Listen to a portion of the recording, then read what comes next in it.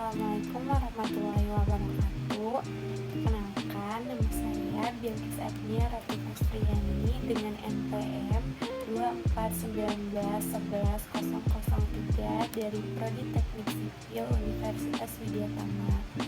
Pada kesempatan ini, saya akan memaparkan materi mengenai technopreneurship, yaitu konsep kewirausahaan yang berbasis teknologi serta bagaimana implementasinya, khususnya dalam dunia konstruksi. Materi ini penting karena perkembangan teknologi saat ini menuntut pelaku usaha, termasuk di bidang teknik sipil dan konstruksi, untuk tidak hanya memahami aspek teknis, tetapi juga mampu berinovasi dalam berwirausaha.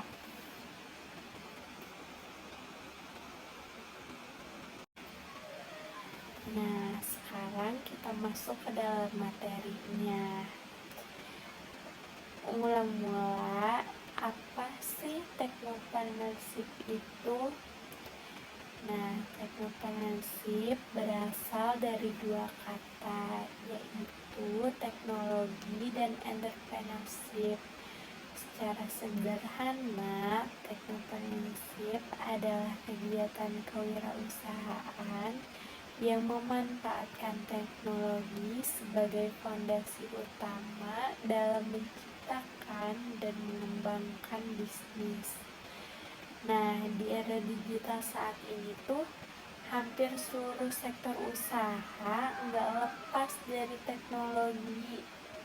Oleh karena itu, konsep technopreneurship menjadi sangat relevan karena mampu menjawab tantangan efisiensi, kecepatan, dan persaingan global di era digital saat ini.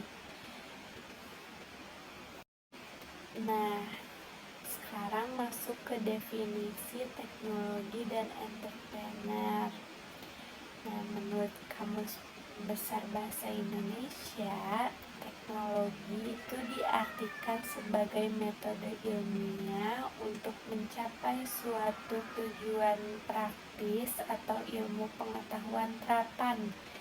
Sedangkan entrepreneur adalah seseorang yang melakukan kegiatan wirausaha dengan kemampuan menciptakan, mengelola, dan memasarkan produk atau jasa. Jika kedua definisi ini digabungkan, maka dapat disimpulkan bahwa technopreneurship itu merupakan aktivitas wirausaha yang tidak hanya mengandalkan intuisi bisnis, tetapi juga berbasis ilmu pengetahuan dan teknologi di dalamnya. Nah, sekarang kita masuk ke definisi technopreneur. Nah, kalau untuk definisi technopreneur itu apa sih? Seorang technopreneur adalah individu yang mampu mengombinasikan atau menggabungkan antara pemahaman teknologi dengan keterampilan bisnis. Nah, technopreneur ini tuh gak cuman fokus menciptakan teknologi canggih, tapi juga memastikan bahwa teknologi tersebut memiliki nilai ekonomi dan dapat diterima di pasaran. Dengan kata lain, technopreneur adalah penghubung antara inovasi teknologi dan kebutuhan masyarakat di era saat ini.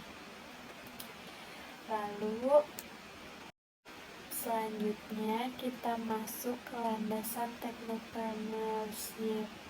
Landasan utama technopreneurship adalah kebutuhan masyarakat.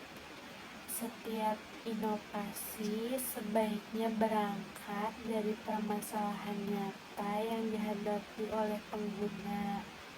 Selain itu juga, teknopreneurship itu membutuhkan ide dan inspirasi yang terus berkembang. Gak bisa cuman kalau stuck di situ. Terus juga harus ada perencanaan matang serta eksekusi yang cepat. Oleh karena itu, maka produk atau jasa yang dihasilkan juga harus memiliki nilai tambah agar mampu bersaing dan bertahan di pasar pada saat era sekarang.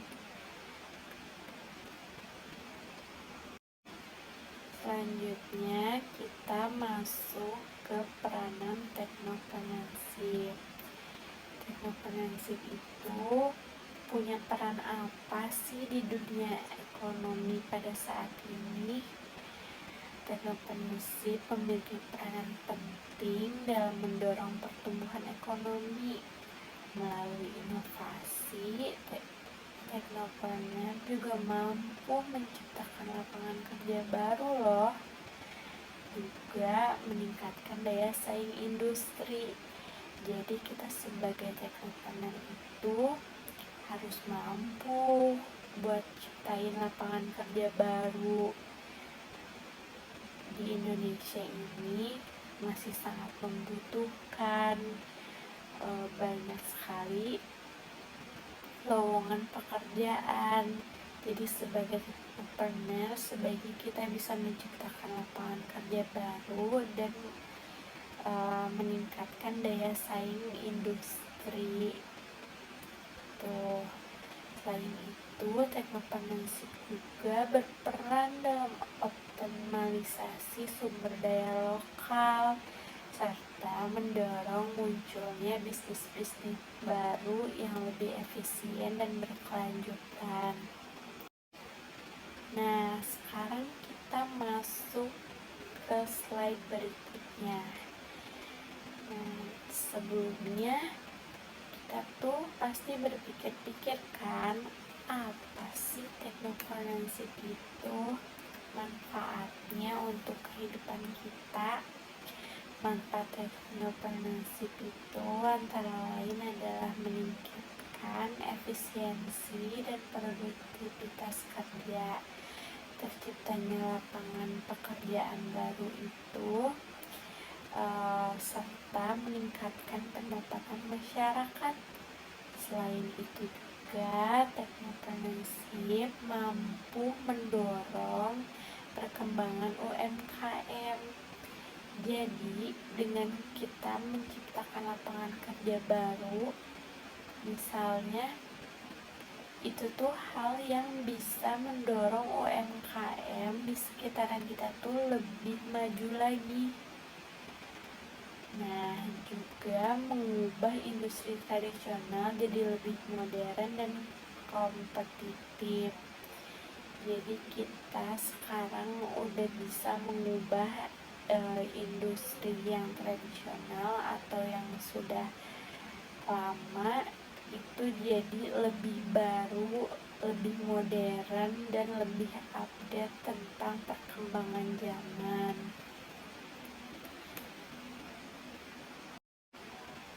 Selanjutnya, sikap sama kemampuan apa sih yang harus dipunyain sama teknopreneur?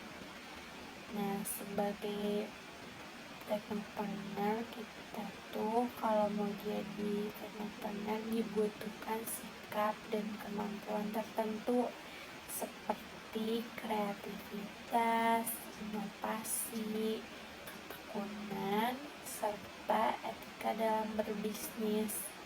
Kita sebagai teknopreneur itu harus punya ide kreativitas yang tinggi, karena itu tuh berpengaruh juga untuk daya saing jual di pasaran. Kita harus punya kreativitas karena ikutin tren pasar. Di pasaran tuh apa sih yang lagi ngetren pada saat ini?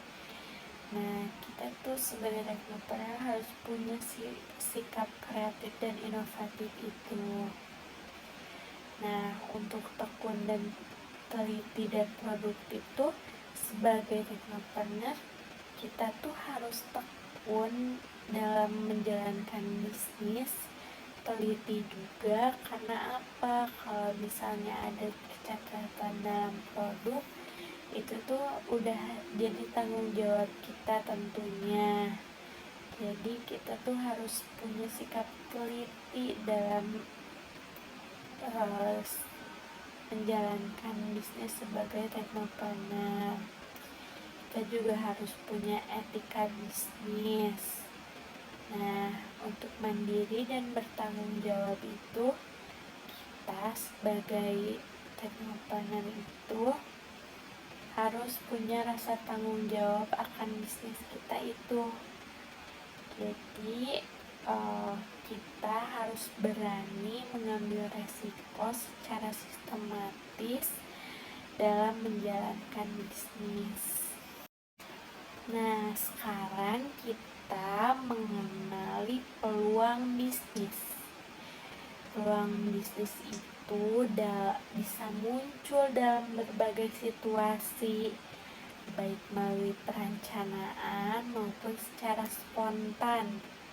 Namun, ide bisnis harus dikembangkan dan dianalisis secara matang agar dapat diwujudkan menjadi usaha yang berkelanjutan. Semua bisnis besar pada dasarnya berawal dari ide yang sederhana. Jadi sebagai pebisnis kita tuh harus punya pemikiran untuk bisnis kita nih ke depannya akan dibawa seperti apa. Kalau bisnis kita tuh ingin dikembangkan seperti apa. Karena sebagai pebisnis kita dituntut untuk terus memiliki pola pikir yang maju, modern, dan terus mengikuti tren yang berkembang di pasaran. Karena ini tuh bisa jadi peluang untuk buka bisnis kita. Nah, kalau misalnya perencanaan ide bisnis itu tuh muncul secara spontan, itu tuh karena kita tahu kalau misalnya hal itu tuh akan jadi peluang bisnis besar di kemudian hari. Nah, selanjutnya ada 4 poin dalam pengembangan ide bisnis. Nah, poin utama yang harus diperhatikannya itu produk atau jasa yang ditawarkan. Nah, balik lagi, kita tuh harus lihat tren di pasaran itu seperti apa. Apakah produk atau jasa yang sedang diminati oleh masyarakat itu relevan dengan bisnis yang akan kita jalankan. Jadi sebaiknya tuh kita harus terus update tentang tentang apa yang dibutuhkan oleh masyarakat itu sendiri. Lalu selanjutnya itu target pasar.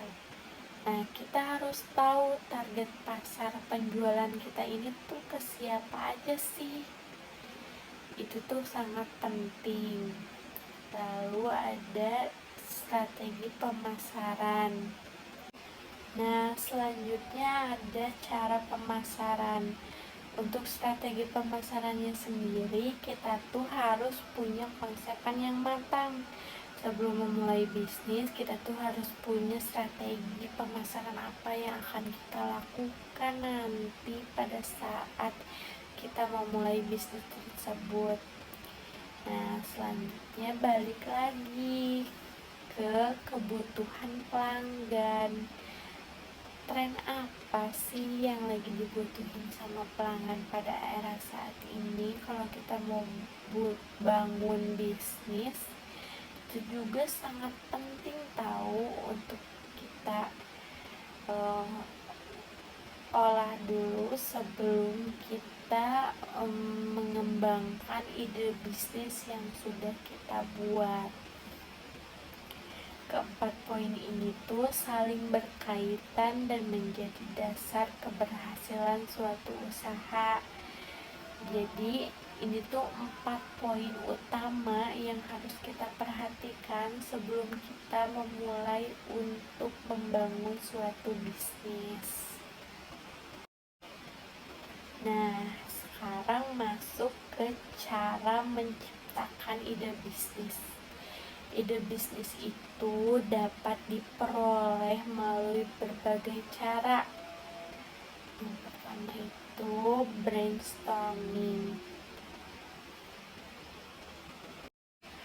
Brainstorming itu proses mengumpulkan sebanyak mungkin ide tanpa langsung menilai benar atau salahnya.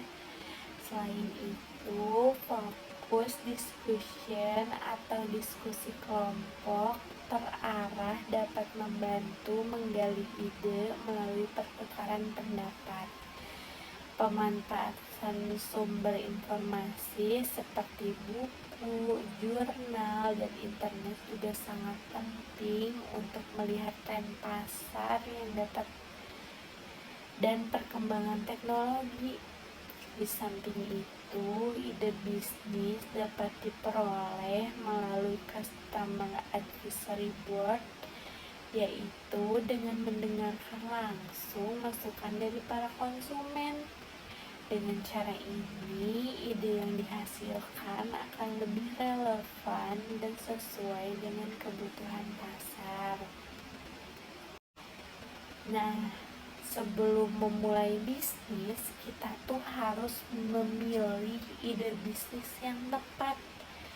Selain berbagai ide bisnis yang diperoleh, langkah selanjutnya itu juga memilih ide yang paling tepat untuk dikembangkan. Kita tuh nggak boleh asal-asalan kalau jadi entrepreneur dalam mengembangkan bisnis. Ide bisnis yang baik itu harus bersifat konkret dan realistis sehingga dapat diwujudkan sesuai dengan kemampuan yang dimiliki. Kita tuh kalau bangun bisnis akan lebih baiknya sesuai dengan passion kita, karena kitanya akan enjoy menjalani bisnis tersebut. Selain itu, ide tersebut juga harus mudah dipasarkan dan memiliki peluang diterima oleh konsumen.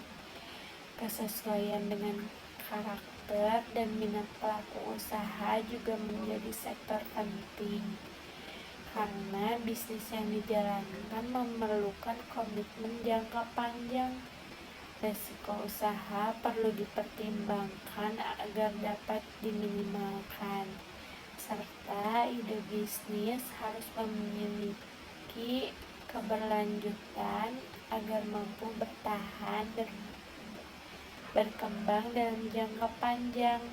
Supaya bisnis kita maju dalam jangka panjang itu, resiko usaha juga harus dipertimbangkan dari awal. Kita tuh harus berani ambil resiko apabila di depan nanti akan ada badai dalam usaha kita. Itu tuh kita harus sudah punya kesiapan diri dari awal. Selanjutnya kita masuk ke first move advantage. First move advantage itu apa sih? Nah, first mover advantage itu merupakan keuntungan yang diperoleh oleh pelaku usaha yang pertama kali memasuki suatu pasar. Keuntungan ini tuh antara lain berupa kesempatan untuk membangun merek lebih awal, menguasai pangsa pasar, serta menciptakan standar produk yang sulit ditandingi oleh pesaing. Pelaku usaha yang menjadi pelopor juga memiliki peluang lebih besar untuk mendapatkan loyalitas pelanggan loh. Namun demikian, menjadi first mover juga memiliki resiko, sehingga diperlukan perencanaan dan inovasi yang memang matang agar keunggulan tersebut dapat dipertahankan.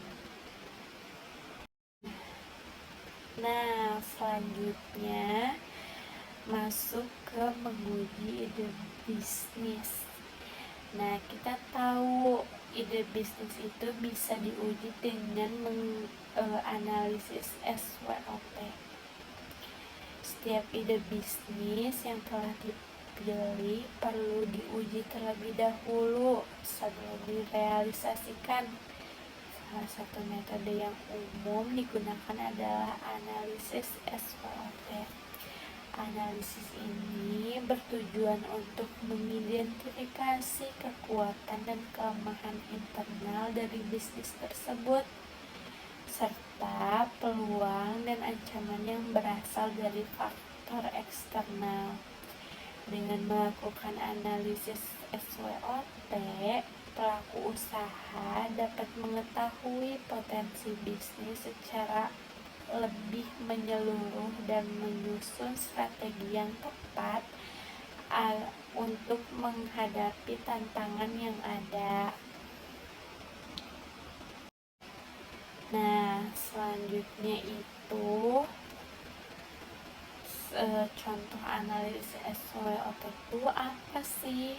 Sebagai contoh penerapannya dapat dilihat pada industri keramik atau batu alam di wilayah Bandung Barat. Kekuatan industri ini antara lain pengalaman pelaku usaha dan ketersediaan bahan baku yang melimpah. Namun, terdapat pula kelemahan seperti keterbatasan modal dan sumber daya manusia pada daerah itu. Peluang usaha muncul dari besarnya permintaan pasar, baik domestik maupun internasional. Sementara itu, ancaman dapat berasal dari produk impor. Nah, persaingannya itu tuh bisa jadi terjadi karena produk impor yang masuk itu lebih bagus. Makanya kenapa kita harus memiliki sifat kreatif dan inovatif itu dari situ.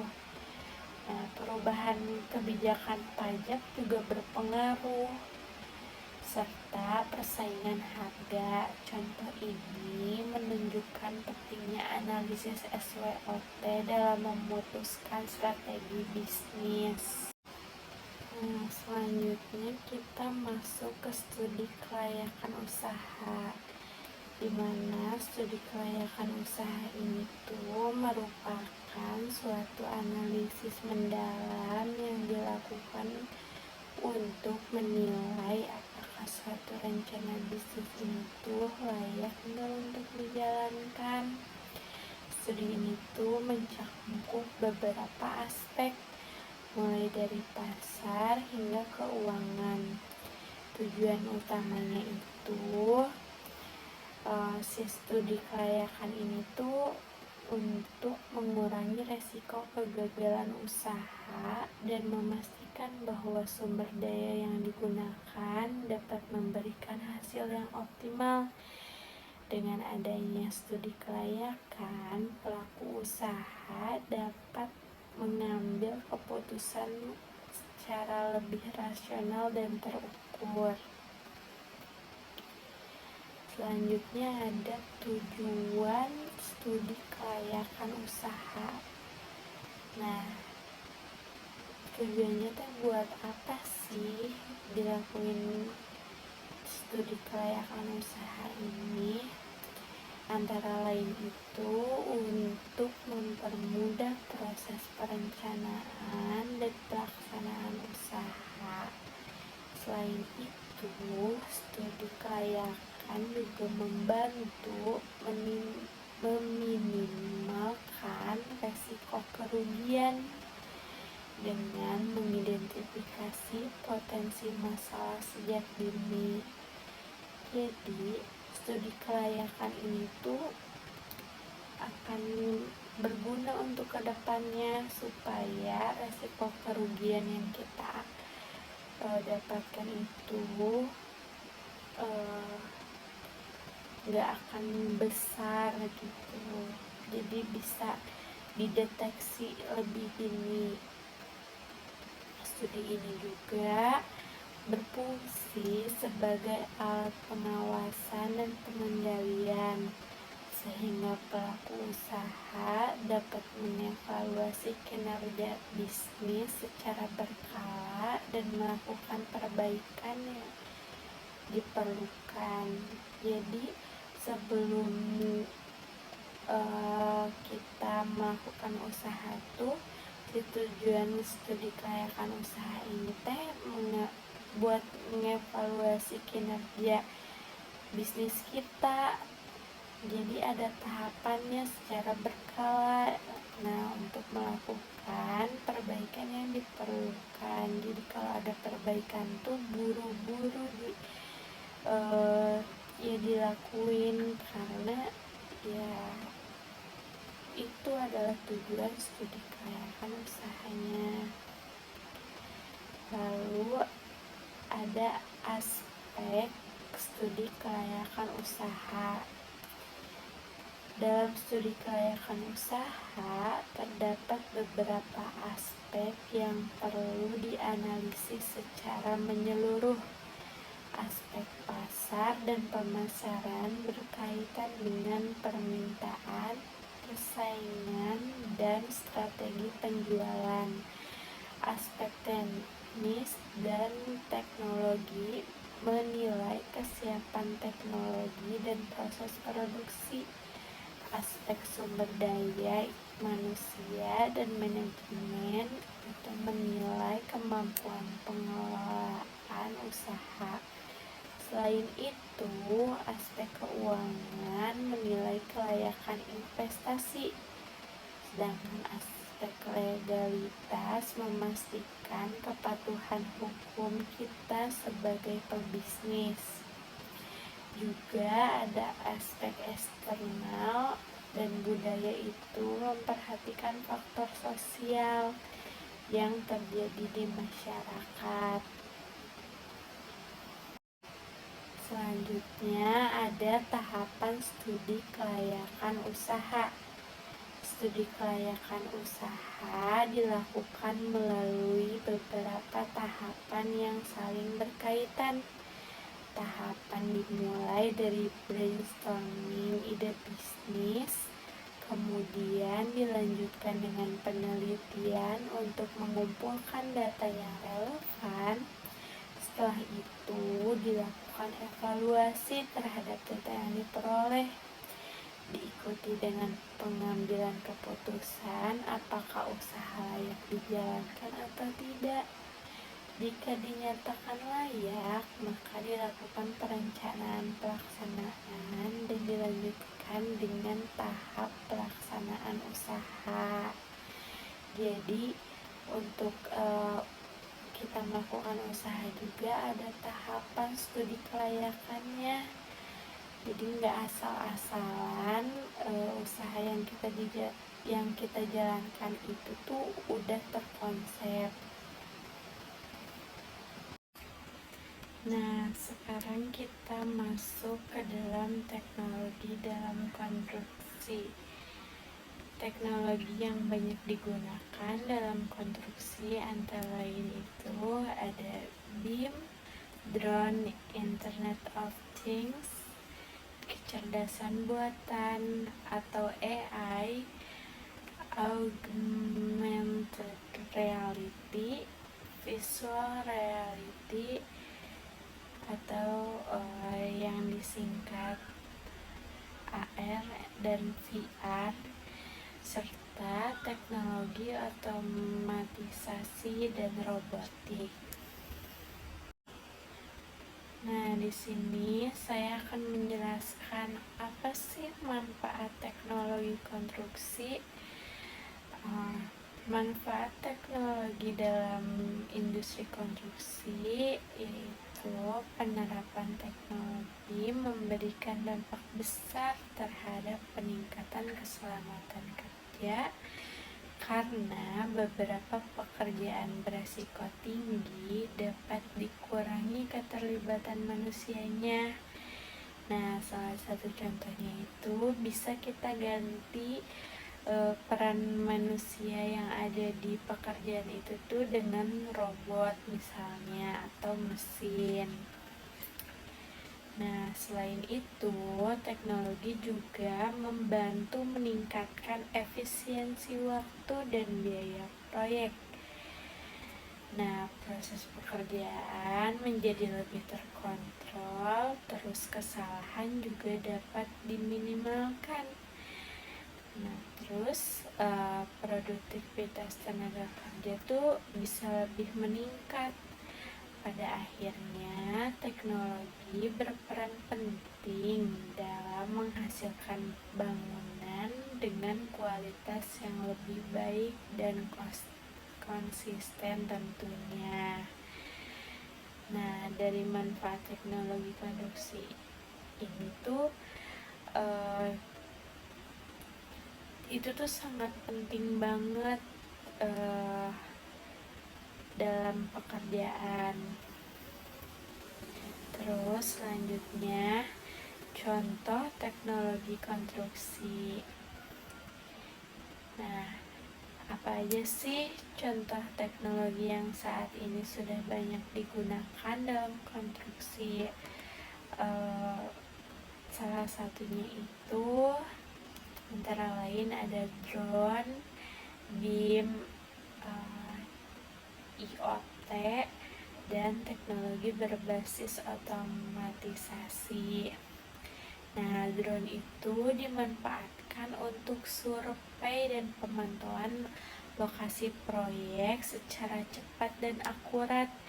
Jadi kita sebagai pekerja nggak perlu susah-susah datang ke tempat, kayak apalagi kalau misalnya posisinya tuh masih hutan.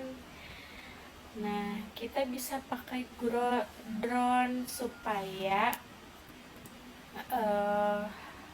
lebih meminimalisir atau mengefisiensikan waktu.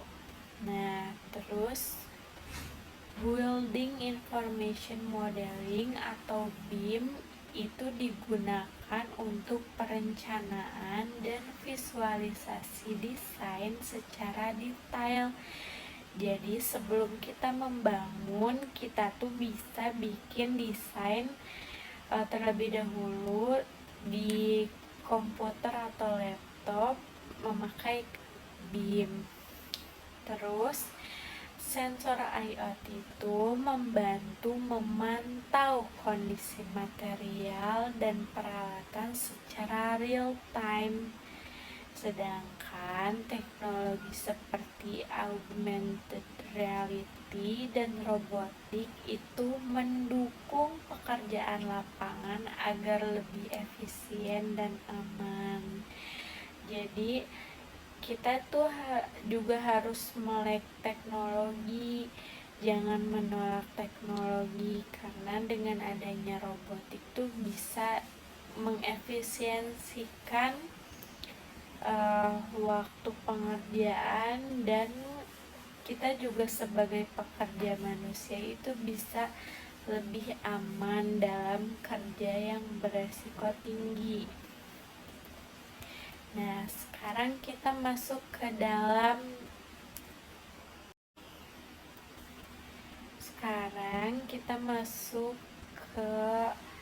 dalam konsep baru, yaitu disrupsi dalam bisnis.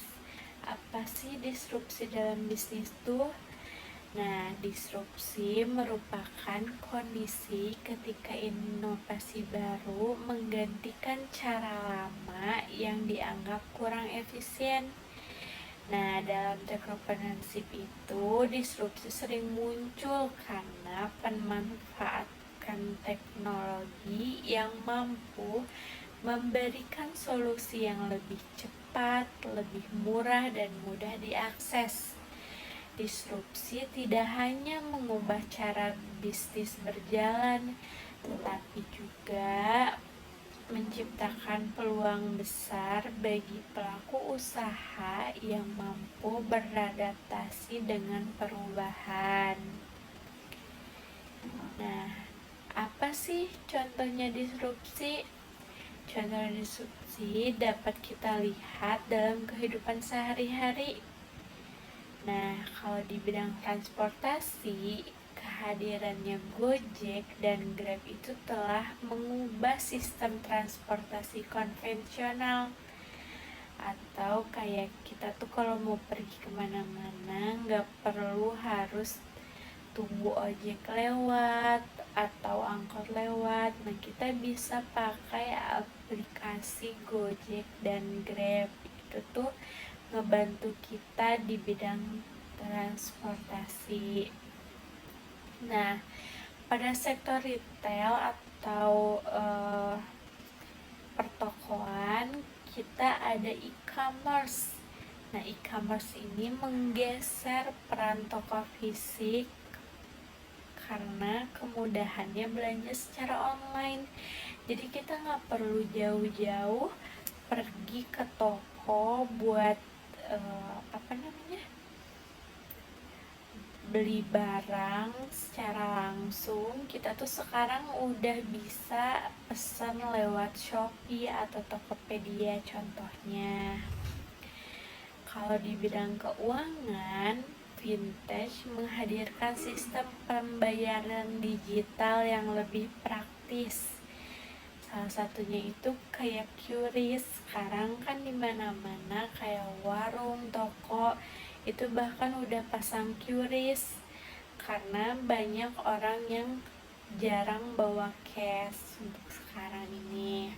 Nah, sementara itu di sektor pendidikan dan akomodasi, platform pembelajaran online serta Airbnb telah mengubah pola layanan tradisional.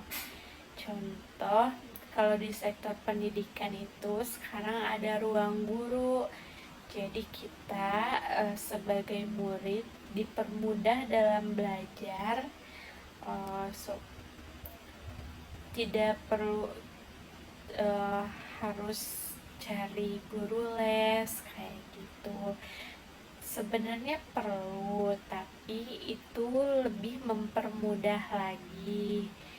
Kayak kita juga bisa mencari pembelajaran lain bukan hanya lewat kelas, tetapi juga bisa lewat internet.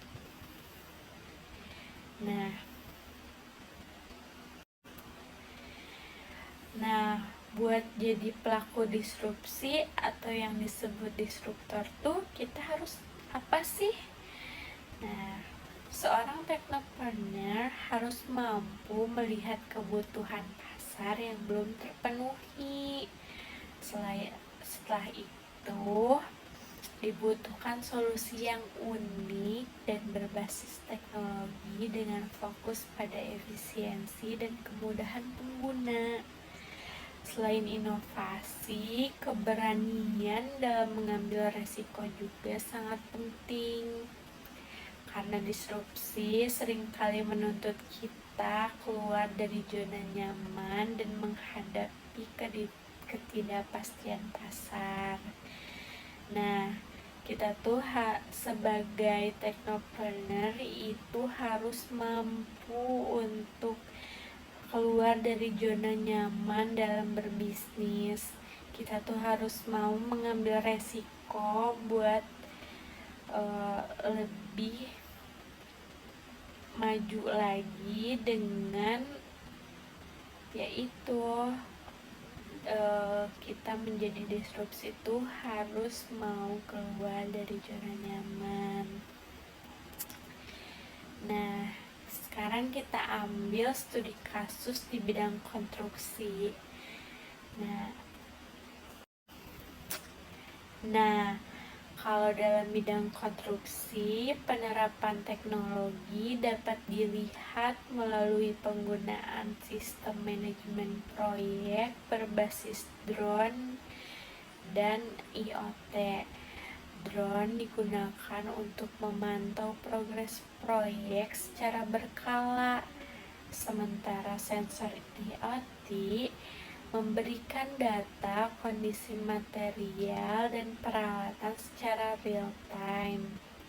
Data tersebut kemudian ditampilkan dalam dashboard berbasis cloud sehingga manajer proyek dapat mengambil keputusan secara cepat, akurat, dan berbasis data. Nah, kunci sukses kalau mau jadi teknopreneur di bidang konstruksi itu apa sih? Kunci sukses teknopreneur di bidang konstruksi terletak pada kemampuan meningkatkan efisiensi waktu dan biaya. Nah, kalau kita mau jadi teknopreneur dalam bidang konstruksi itu, kita harus bisa memilah manajemen keuangan dalam konstruksi.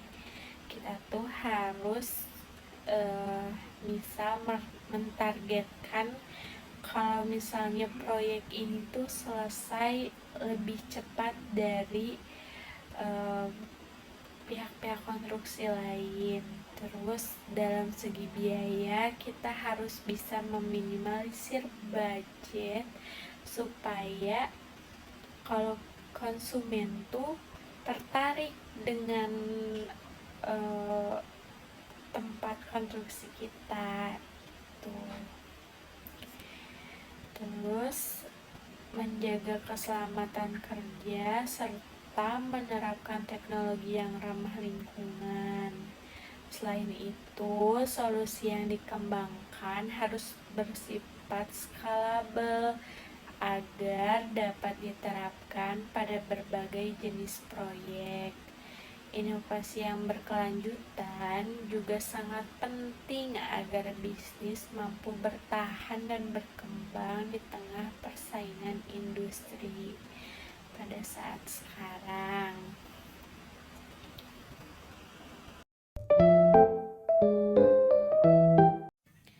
Terima kasih sebelumnya yang sudah menonton video ini. Mohon maaf apabila pengucapan atau ada kesalahan dalam pembuatan video ini, baik yang disengaja maupun yang tidak disengaja. Dan terima kasih juga kepada dosen pengampu yang sudah memberikan tugas teknopreneurship ini kepada saya. Assalamualaikum warahmatullahi wabarakatuh. Sampai jumpa guys.